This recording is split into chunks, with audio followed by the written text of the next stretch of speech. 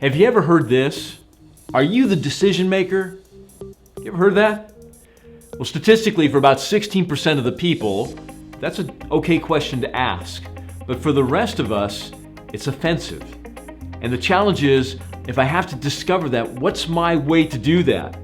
My name's David Curran. I'm with Sandler Training. I'm going to give you some quick tips on how to have a better decision-making process and stop those deals that are falling over the edge and going into the endless wasteland of waiting to hear back from somebody. How about this question to find out what you need to learn? Walk me through how you make a decision like this. Walk me through how you make a decision like this. Think about it. There's more than just the who that we need to know. Is there anybody else besides yourself involved in making a decision like this?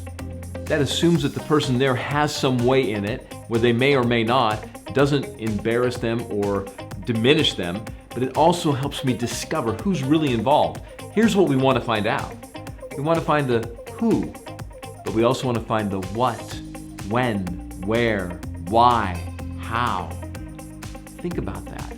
There's 6 things. There's 5 more things than what we typically think is important for us to discover.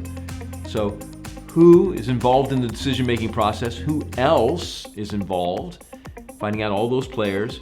And then, where does that happen? Does that happen at the main office here, or is it a national office? Maybe it happens there. Or where in the organization? Is it at the senior vice president level, or is that a CEO or a CFO decision? Where does it happen? How about when?